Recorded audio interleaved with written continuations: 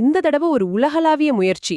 Brazil ஒரு புது நிதி அமைப்புல முதலீடு செய்ய போறாங்களாம். ஓ, என்ன நிதி அது? டிராபிக்கல் ஃபாரஸ்ட்ஸ் ஃபாரெவர் ஃபெசிலிட்டி, சுருக்கமா TFFF. வெப்பமண்டல காடுகள் நிரந்தர நிதி. பேர் நல்லா இருக்கு. நிரந்தர நிதியா?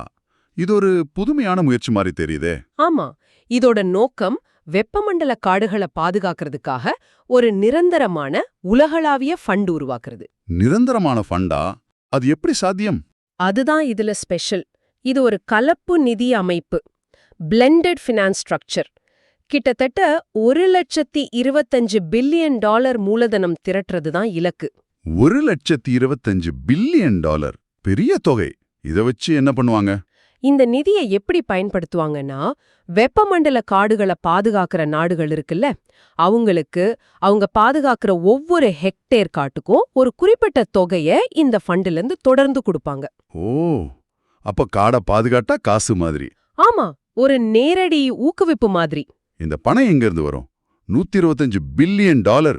2 வழியில. ஒன்னு, ஆதரவாளர்கள், ஸ்பான்சர்ஸ். இவங்க பணக்கார நாடுகள், பெரிய பரோபகார அமைப்புகள். இவங்க ஒரு 20% நிதியை கொடுப்பாங்க. மீதி 80%? அது சந்தை முதலீட்டாளர்கள், மார்க்கெட் இன்வெஸ்டர்ஸ்.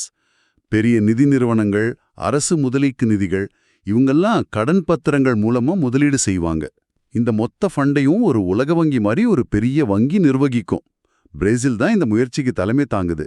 அவங்களே முதல் முதலீட்டாளராகவும் வரப்போறாங்க. கேட்கவே ரொம்ப லட்சியமா இருக்கு.